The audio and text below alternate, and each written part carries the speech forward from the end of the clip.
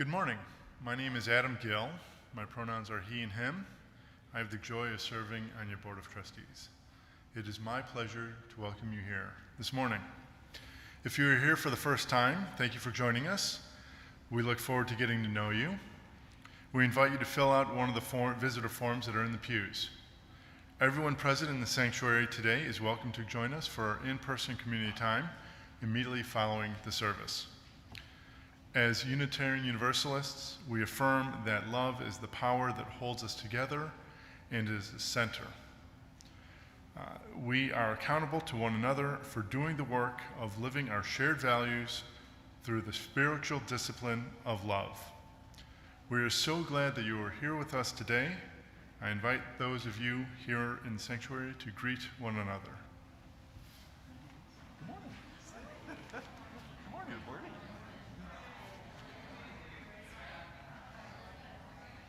Adam, it's about to end its term as board member. Excellent service. Thank you. Yeah. Good morning. My name is Reverend Roger. My pronouns are he, him. As you can see, we are Emily Less up here today, so you'll be seeing a lot of me. Our chalice lighter today is Davin, who's 7 years old and got a treadmill for Christmas and is very much enjoying walking on the treadmill. Let's join in the chalice lighting words. We are Unitarian Universalists. This is the church of the open mind, the loving heart, the helping hands. We take care of the planet Earth and each other.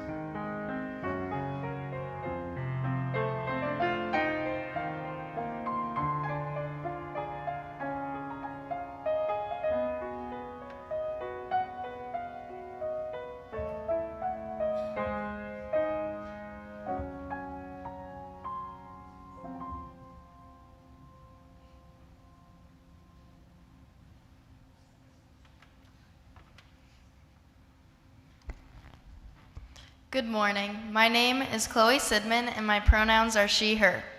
School is meant to be a place filled of learning and filled with adults who want to help the next generation. However, my junior year of high school, I had a math teacher who did not agree with this. He would constantly tell us that we weren't working hard enough and that we had a bad work ethic, which confused me since everyone I knew in the class had an A. One time, a couple days before our final exams, he started the day explaining how he had gotten more than one email from parents explaining how their kids didn't really appreciate his teaching style. He said, "Look, I get I'm a teacher who's supposed to be encouraging and all that, but that's not how the real world works. All right, I'll try."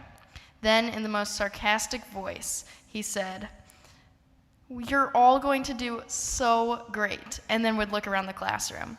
He would then say, "Oh, sorry, was that sarcastic?" And obviously I would nod. He did this about 2 more times, and by the 3rd time, he looked right at me and said, "Oh, do you think you could say it without being sarcastic?" Obviously, you should respect your teachers, even if they're irritating. But I was getting pretty annoyed, and I told him, "Yeah, I think we're all gonna be fine, and I think you're irritating." He didn't appreciate that very much, and he told me to go for a walk. But I apologized after. When teachers don't view kids as people and treat us with the same respect, it just shows that they don't care, and whenever people are calling kids lazy or burnt out, these are the kinds of people that they see, and if they don't care, why should we? One teacher that does make me feel like my voice is heard is my art teacher. I've had him for 2 years now, and he's always talks to us like we're people, not like he's better than us. He's always telling us that he's proud of us and the work that we do, and he's always there for us if we need help. That's what everybody needs, somebody to count on. The more we listen to each other and treat each other with respect, the more we come together, even with differences. Whoever you are, wherever you are on your life journey, wherever you are in the world, you are welcome here. Come, let us worship together. Please rise and body your spirit for Building Bridges in the Teal hymn on 1023.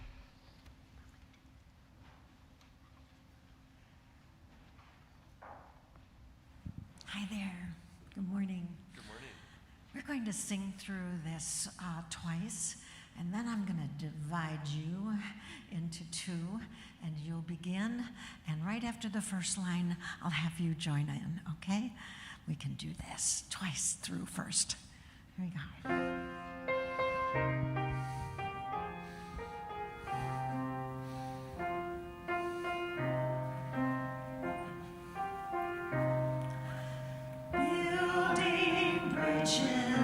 Between our divisions, I reach out to you. Will you reach out to me? With all of our voices and all of our visions, friends we could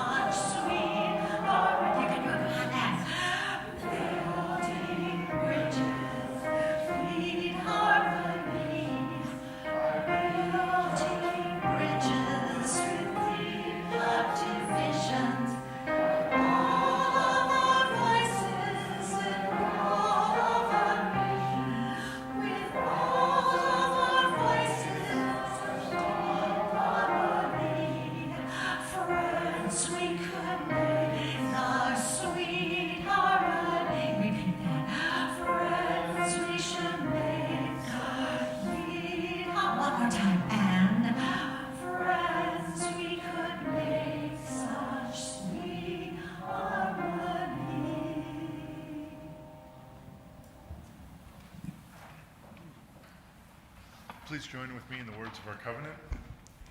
Love is the doctrine of this congregation. The quest for truth is its sacrament, and service is its prayer. To dwell together in peace, to seek knowledge and freedom, to serve humanity in fellowship, to the end that all souls shall grow into harmony with the divine. Thus we do covenant with God.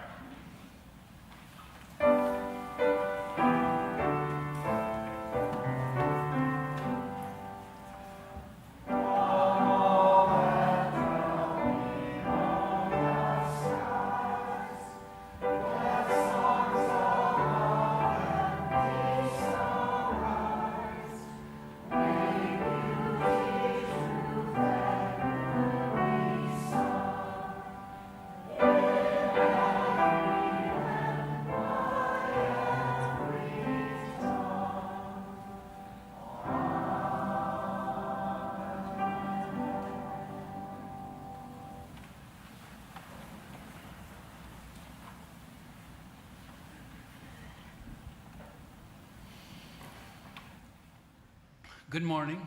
My name is Jay Peterson. I'm filling in for Jay Cohen this morning, who's a bit under the weather, and I'm serving for the spiritual care team. Love is the doctrine of this congregation. Sharing joys and sorrows of our lives is one of the ways we embody this love in our congregation. Those attending in person may share your joys and sorrows in the binder outside of the doors of the sanctuary. You can also email your joys and sorrows to us at spiritualcare@unitytemple.org. If you would like to talk to somebody about what is in your heart, please feel welcome to contact the spiritual care team. We are here to listen and sit with you in both times of joy and sorrow. Here are the joys and sorrows that were shared this week. While visiting family in Wisconsin, Michelle Barton's mom, Linda Tate, suffered a medical emergency that landed her in the hospital. She stayed for observation for a few days, and as of yesterday afternoon, she was hoping to be discharged within the hour. Hopefully, she will be back in Illinois soon, and let's hold Linda and her whole family in our hearts. Sue Wenninger fell last month and is now home from the hospital and trying to regain strength and endurance. Sue welcomes calls and texts.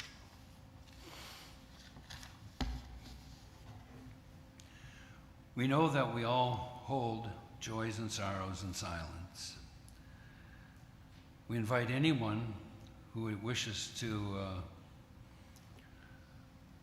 honor their joy or sorrow to come forward to drop a stone into the bowl of water at one of the 4 stations around the room. We invite you to engage in the spiritual practice of silence during this shared ritual.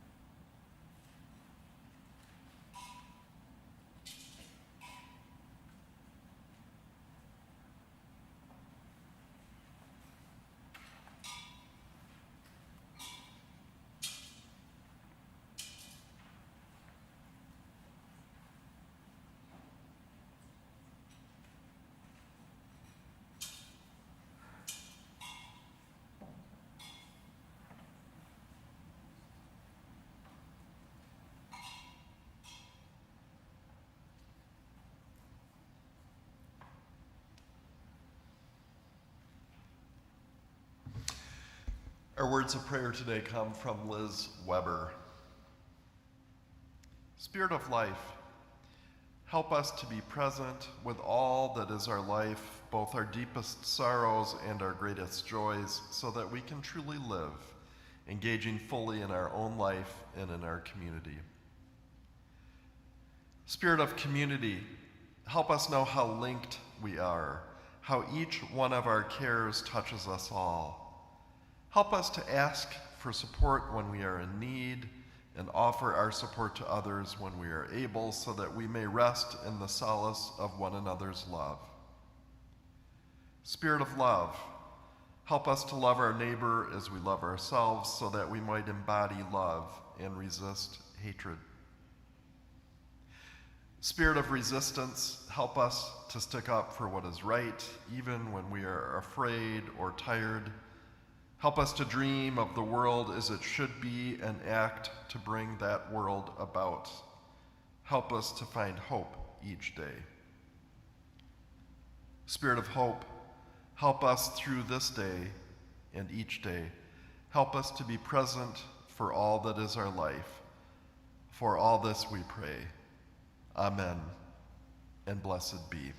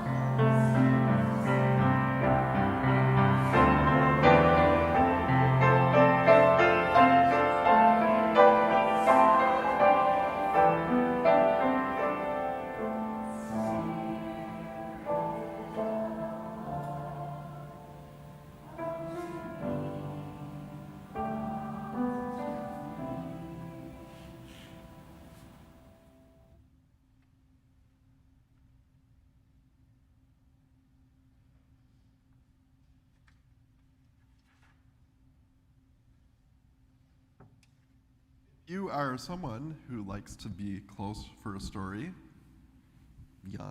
youngish. Anybody? You're welcome to come forward.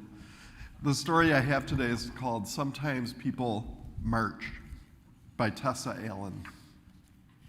And this was written in 2020. Seems like it could have been written yesterday. Sometimes ants march. Sometimes bands march, sometimes people march.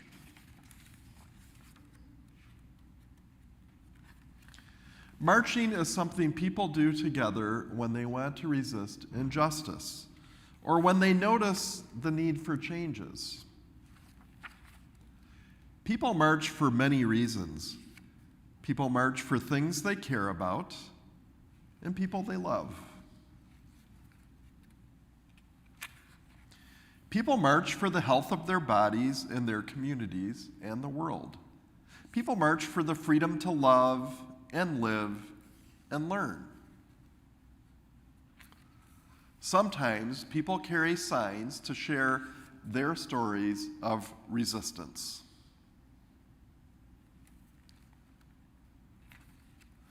People resist in many ways. Sometimes people resist with their voices. They might resist with words or with songs or art. People resist with meetings. They resist by standing up or sitting down or taking a knee.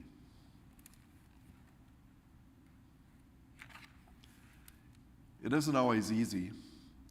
Feet get tired, arms get tired, hearts and hopes get tired. Sometimes problems seem too big or complex. But we do not march alone. Ants are stronger together. Bands are louder together.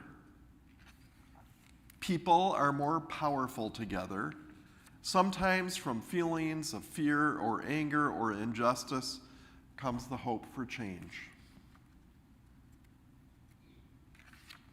Sometimes great change starts small with a brave question. Maybe your question, a question that calls people together. And together, we find the courage to march. There's a little sign in this that I like that people are holding, and it says, "We shall win by love." And that's the story, and anyone who would like to go to Unity House for the kids' activity is welcome to do so.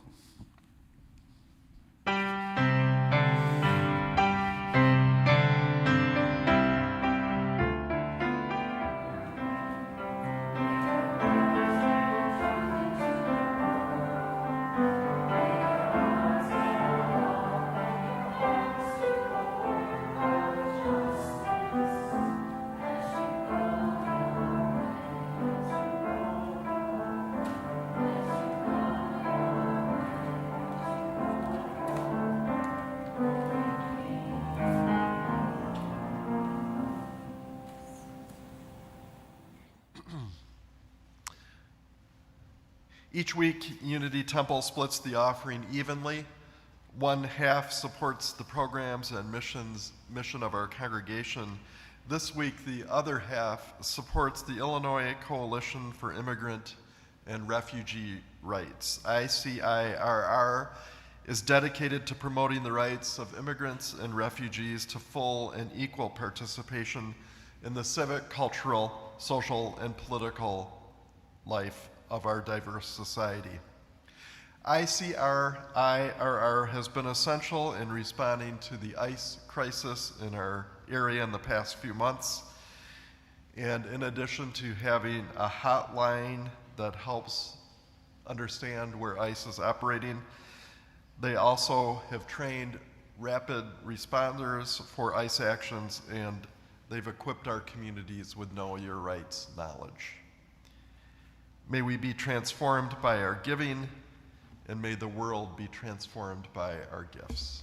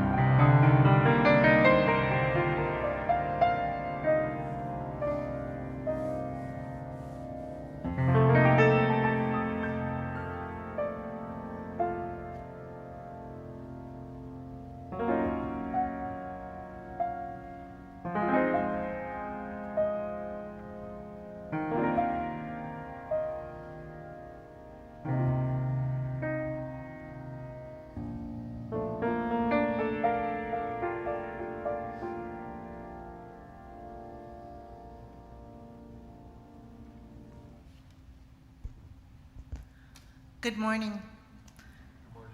My name is Cecile. I use she, her pronouns. Masbate Island, Philippines, has a population of 800,000. In 1972, we lived in the capital, Masbate City. My dad was a surgeon, editor of the newspaper, and once ran for mayor. My mom was a nutritionist. Both were politically active members of the Christian Socialist Party. Concerned that President Marcos was moving the country toward communism, they decided my dad would look for work in the United States. My mom and 4 kids would join him once he was settled. He indeed found work as a medical intern at a hospital in Akron, Ohio. Before he could send for us, Marcos declared martial law. Suddenly, we lived in a military state. Our house was raided in the middle of the night. Some of my parents' friends were imprisoned, some killed. It was a frightening time. Meanwhile, the hospital kindly offered my dad a loan to help bring our family over. To process our documents, Mom traveled for hours by boat to and from Manila for weeks at a time. On April 1st, 1973, a year after my dad left, we reunited on US soil. Life was challenging those first few years. Mom was not permitted to work, and we lived in hospital housing. We ate free lunch and tried to assimilate the best we could. English is taught in Filipino schools, so language was not a barrier. But to learn to be American, I carefully watched and listened to others. Our tight community of immigrant hospital workers helped my parents navigate our new country. 6 years later, my dad's work visa was expiring, and we were prepared to return to a military state. In a serendipitous twist, President Carter offered asylum to Filipinos already living in the US. Our family was able to stay. Today, I am privileged to work with families and individuals who are also seeking asylum. My life has come full circle.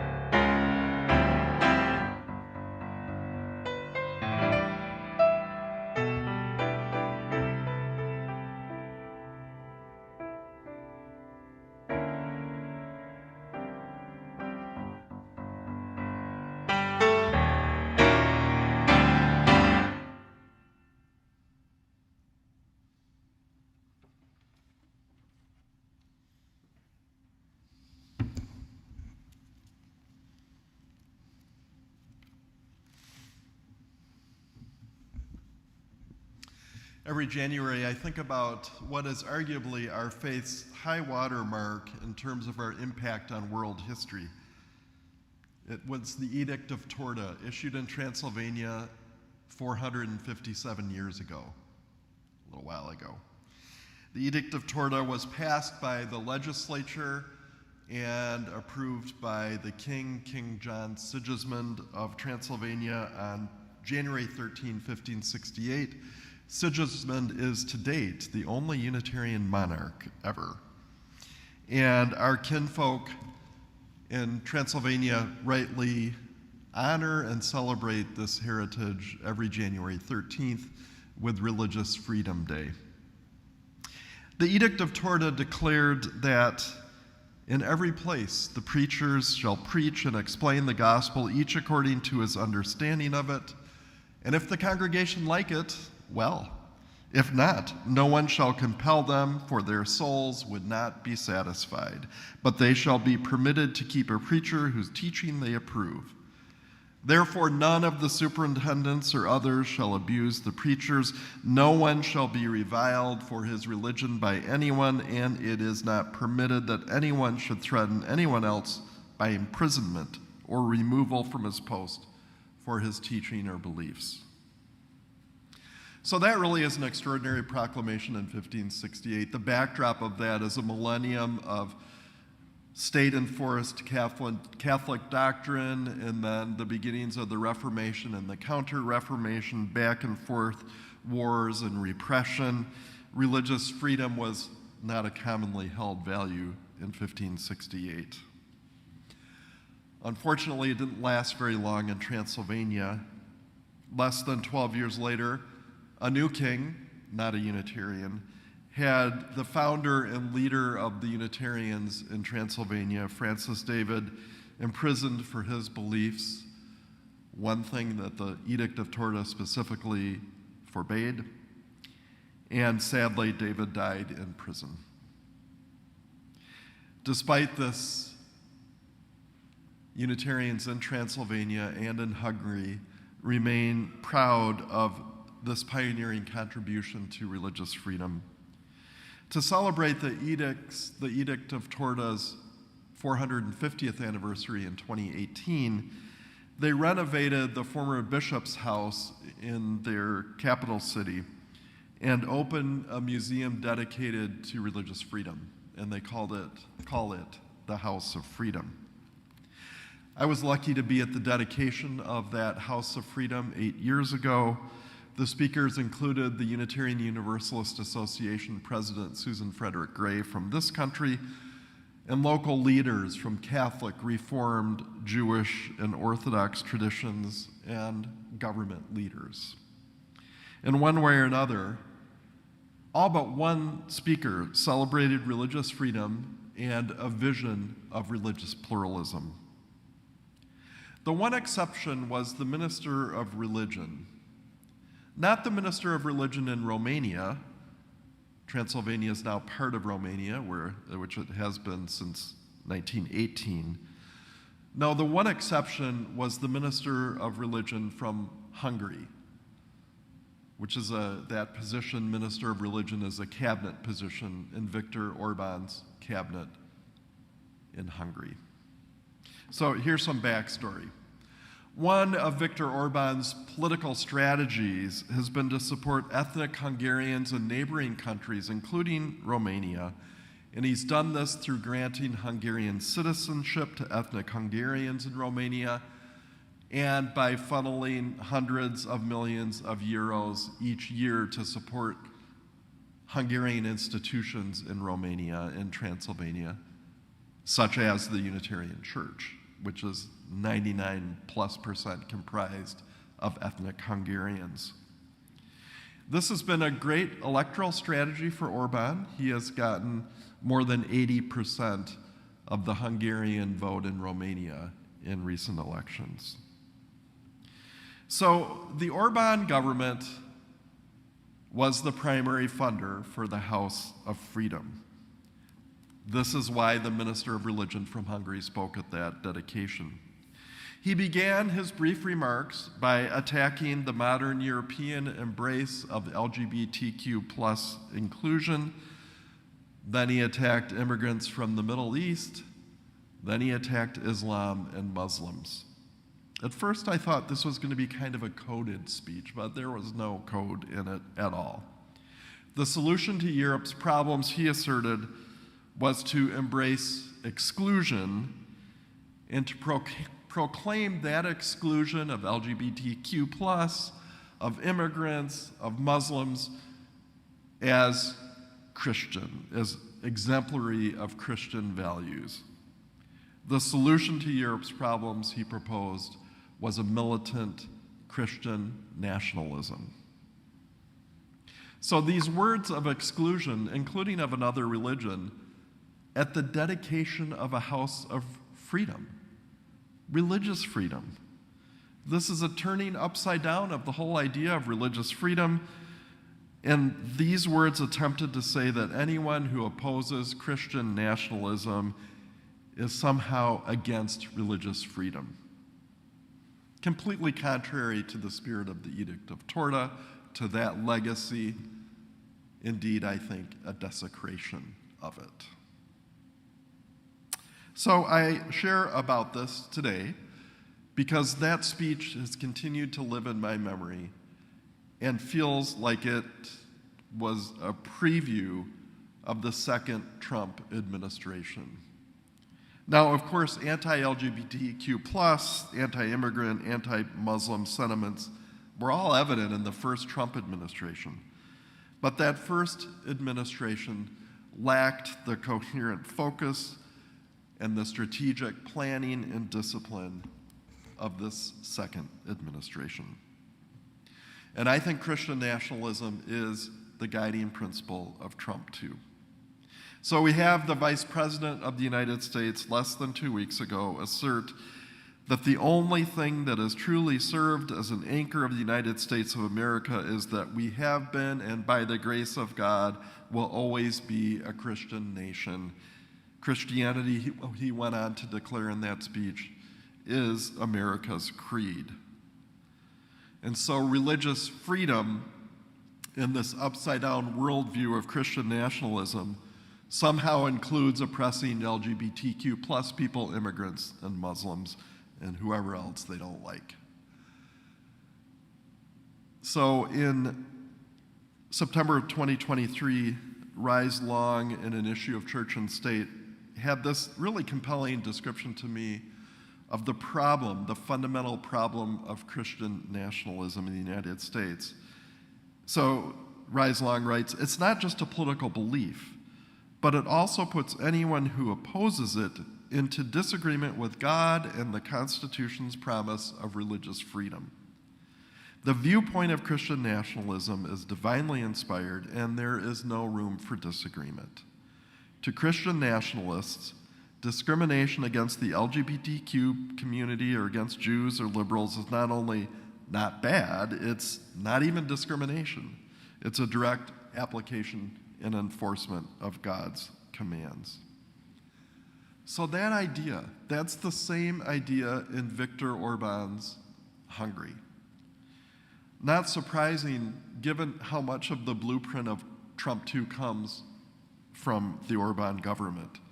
And not just the brutal opposition and suppression, oppression of LGBTQ+ and immigrants and Muslims, but that strategic playbook of rewarding allies in the media, punishing those who are critical in the media, attacking universities and academic freedom, the list goes on. So I've been thinking about this, Christian nationalism in the United States, and I think there is a tiny kernel of truth in Vice President Vance's observation that the U.S. has always been a Christian nation. I don't think it has always been a Christian nation, but I think there has always been some in our political leadership who advocate for it to be a Christian nation, for our nation to be a Christian nation. And there's always been resistance to that. And that idea spans the whole of our history. And this viewpoint about being a Christian nation has often been wedded to exclusion and oppression. And so, for example, many political leaders who supported enslaving Africans and their descendants in the United States viewed that, spoke about that as an exemplary expression of Christian values. And so those who advocated slaughtering indigenous people and stealing their land and destroying their cultures, and those who advocated for forbidding Chinese immigrants to the United States, all of them, many of them, couched it as an expression of Christian values. And so it's not that Christian nationalism is baked into the DNA of this country. It's that the struggle over whether we are a Christian nation seems to be baked into the DNA of this country, and we are yet again at another crossroads in that battle. I've been reflecting on this as, like many of you, I've been watching the Ken Burns series on the Revolutionary War. And he paints such a compelling picture of the dueling values and the hypocrisy that was so evident in our nation's founding and has persisted. And so it's sobering, for instance, in that documentary series to realize that part of the motivation for some folks to fight against the British and the British rule was opposition to the British ban on westward expansion westward of the Appalachian Mountains. The British government decided that fighting the indigenous people west of the mountains was not worth the money or the soldiers, and rebel leaders like George Washington wanted to keep expanding, wanted to keep on fulfilling what they saw as the manifest destiny of this country. Now, not all American rebels who supported genocide against indigenous people or enslavement of Africans fused these views with Christianity, but many did. There are American rebels who identified with the enslaved Hebrews in Pharaoh's time, and at the same time supported enslaving Africans in this country. It's upside down. Like thinking religious pluralism can be expressed through suppressing Islam.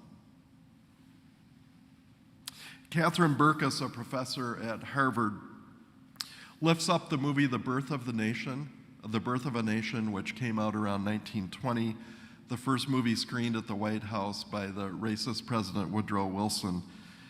She lifts that up as an example of this vision of a white Christian America. She writes, "This image comes up on the screen, the last scene in the movie, and it looks like heaven. Everybody's dressed in what looks like togas, so it's kind of like the Roman Republic. Everybody in heaven is white. And as these people are sort of rejoicing in heaven, Jesus starts materializing on the screen, and Jesus is white. And the message at the end of the film is that the United States has healed its divisions, and we are a white republic, and we are under the guidance of a white Jesus." Before Stephen Miller and Pete Hegseth and J.D. Vance, there was the birth of a nation. Before the second Trump administration, there was the Orban takeover of Hungary. These things are not new. And resisting this vision of Christian nationalism here or in Hungary is also not new. And I find solace in realizing that this is not something new, that we are called now into creative, effective ways to resist, just like the abolitionists before the Civil War, just like the civil rights leaders 100 years later, just like those working for immigration justice in the 1840s and the 1880s and the 1920s and the 1970s when Cecile came. Like all of the resistors who have gone before, I believe that our resistance will make a difference. Like all of them, I don't think we're likely to defeat Christian nationalism once and for all, but like all of them, I think we will be part of what prevents this narrow, hate-filled ideology of Christian nationalism from ultimate final victory. Hate will not win. Hate will tragically, as always, cause untold harm. But it will not win, it will not win, it will not win. Love defeats hate. That little sign, "We shall win with love," in the children's book says it. And so we shall. For me, the task in this new year is to keep on finding the ways that I can contribute to this resistance, for each of us to find the ways that we can contribute to find our voice. I love Chloe's story about the art teacher, because art is one of the ways that we can find our voice and resist. There are so many ways. Find what speaks to you. The thing that you do will not be the thing to turn the tide, but it will matter. It will make a difference. It will help. I'll close with some words from the Jewish theologian Abraham Heschel. Surrender to despair is surrender to evil. It is important to feel anxiety. It is sinful to wallow in despair. There are those who maintain that the situation is too grave for us to do much about it, that whatever we might do would be too little and too late, that the most practical thing we can do is to weep and to despair. If such a message is true, then God has spoken in vain. History is not all darkness. It was good that Moses did not study theology under the teachers of that message of surrender. Otherwise, Heschel writes, I would still be in Egypt building pyramids. The greatest heresy is despair, despair of humanity's power for goodness, despair of humanity's power for love. I hope this year we can find ways to feel the Spirit often together, and we can come here and find it, that Spirit, when it's flagging for us. Let's join in singing our closing hymn, number 208, Every Time I Feel the Spirit, in the gray hymnal.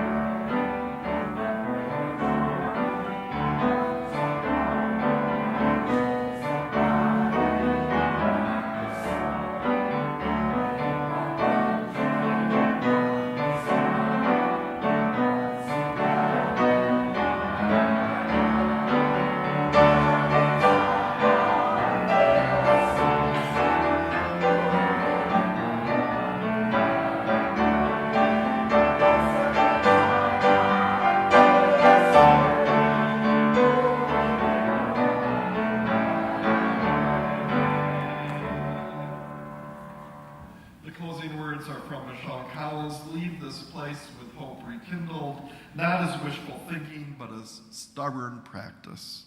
In a world drenched by despair, choose joy, choose action, choose to believe another way is possible, and live as if it is already breaking through.